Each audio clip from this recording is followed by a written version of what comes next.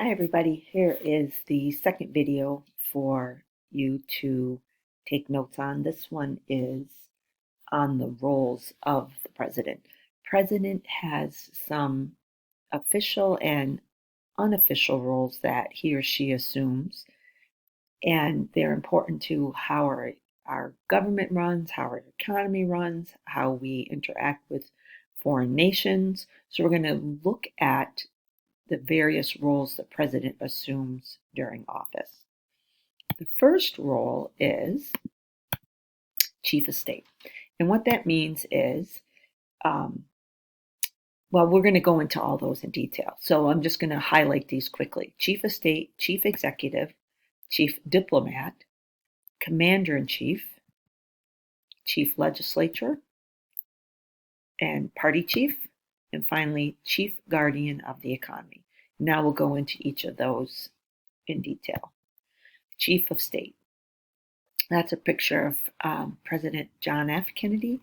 This was during Thanksgiving. The president always pardons a turkey.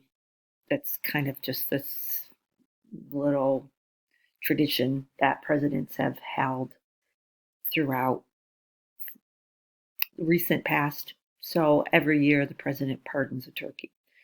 That doesn't really have anything to do with chief of state, but it's just a little role that he assumes. All right. As the American chief of state, the president is the living symbol of the nation.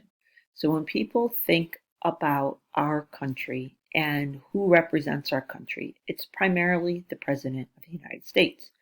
That's both here and abroad.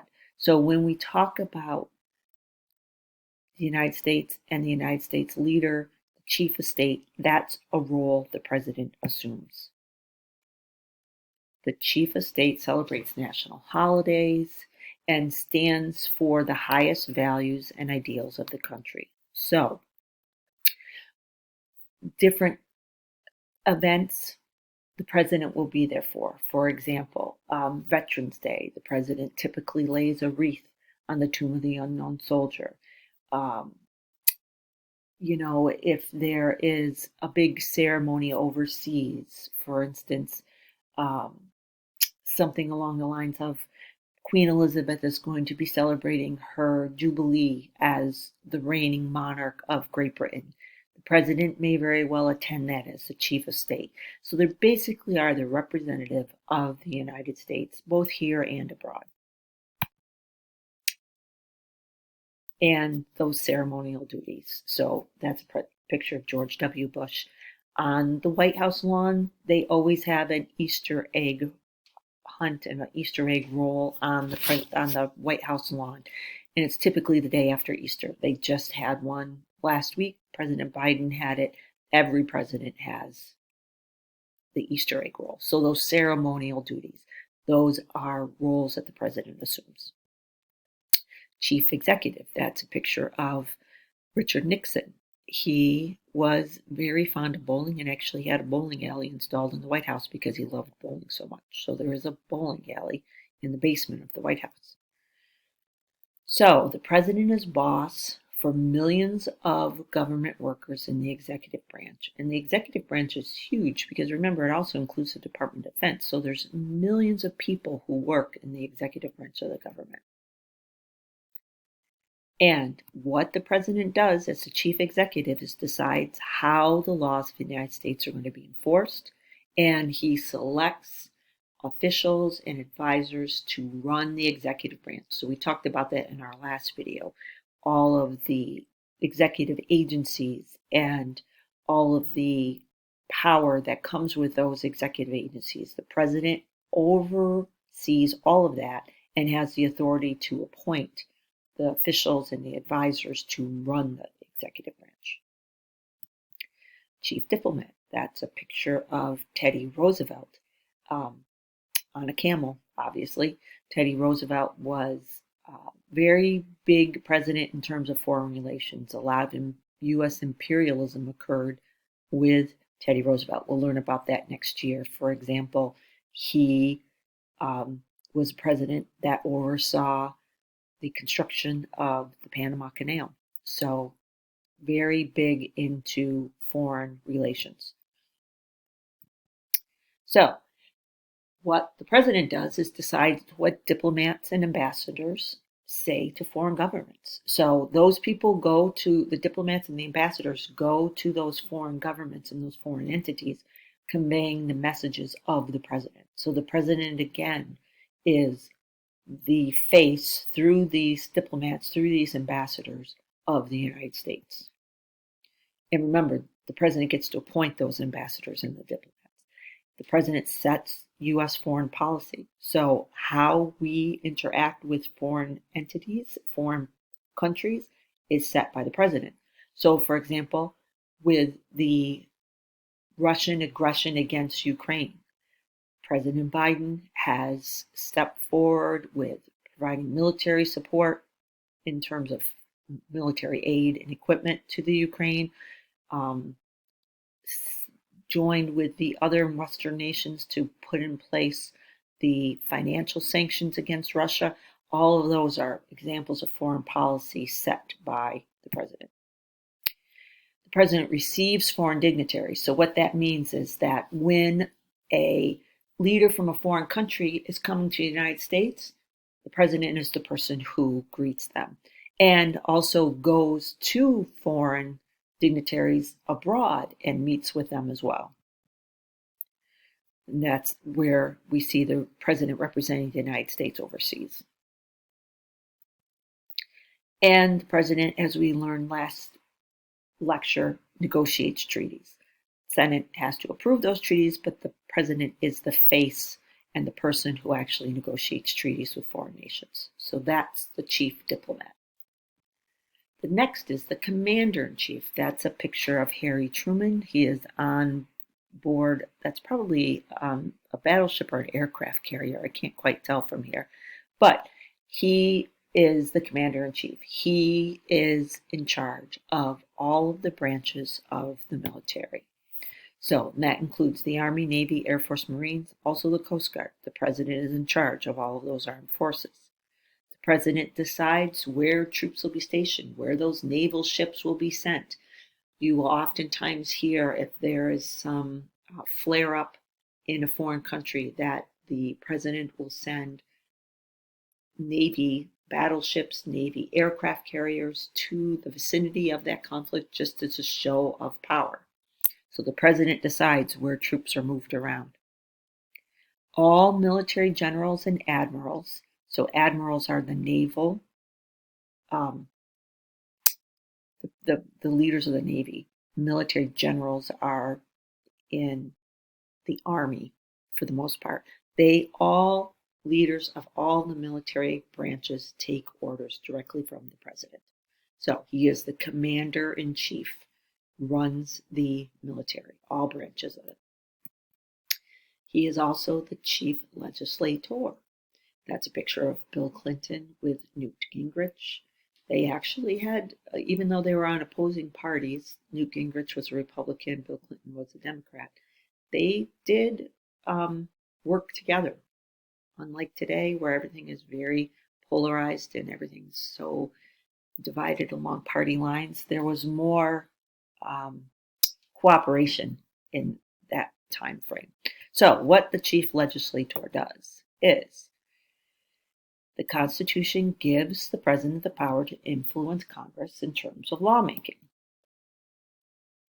So the president can urge Congress to pass laws. Remember, we talked about that yesterday in terms of the State of the Union address. That's one of the ways that the president can urge Congress to act. Congress also, or the president also has the power to veto bills that they do not favor, so that that is an impact on the legislative branch, right? And finally, that all-important power, the ordinance power, the authority to issue executive orders, and that they have the weight and bearing of an actual law, actual legislation. So it's a huge, huge power the president has.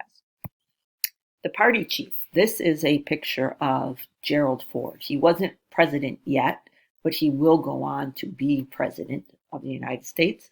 And the party chief means that the president is the head of the party that he belongs to. So, for example, President Trump was the head of the Republican Party. President Biden is the head of the Democratic Party. And they help members of their party to get elected or appointed. So you will often hear about presidents and former presidents having an impact on current elections. For example, President Trump, former President Trump, has exerted a lot of influence in this current election cycle, which is congressional elections that are going to happen this fall.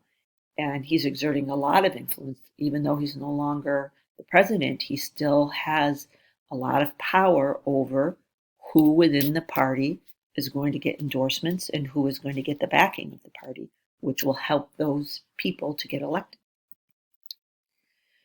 And though president and vice president, former presidents, former vice presidents, they all go out and they will campaign for people who have supported their policies. So that it, it's that old adage, you scratch my back, I'll scratch yours, where you help me, I'll help you. And that's exactly what happens. And that's the role the president assumes as the party chief.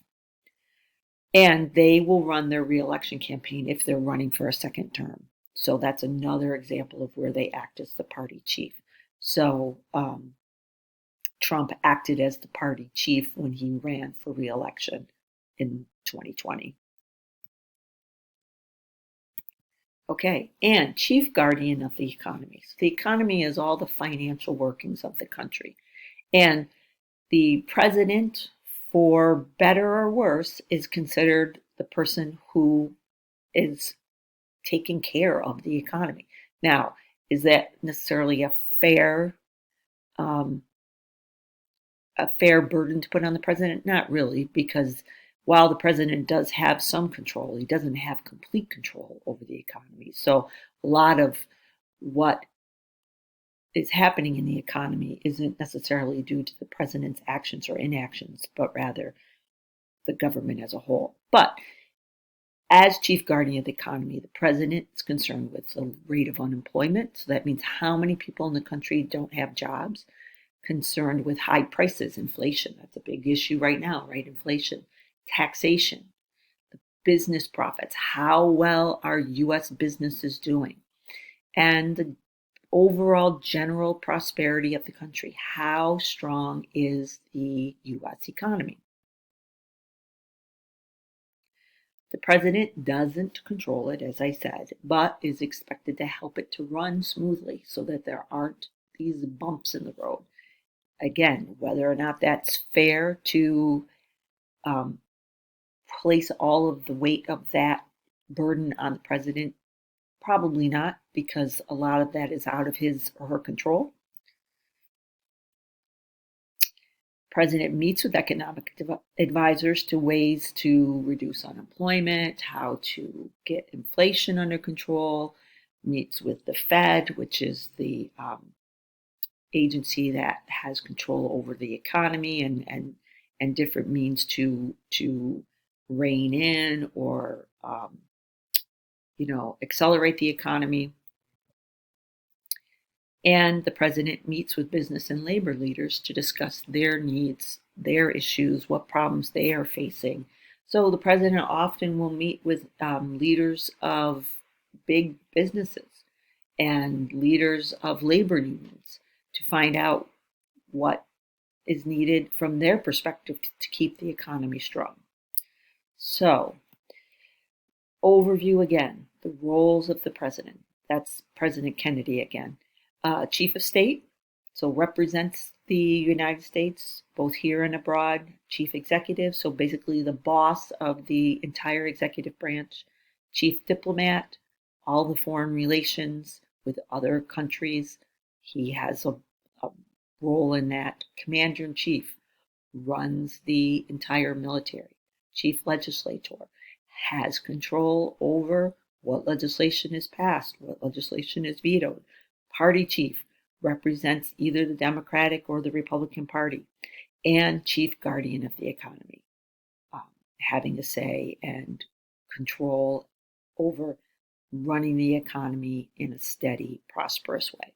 So those are the notes for today. You will be working on the executive digital notebook. Oh, by the way, if you haven't finished the legislative digital notebook, you got to do that as well.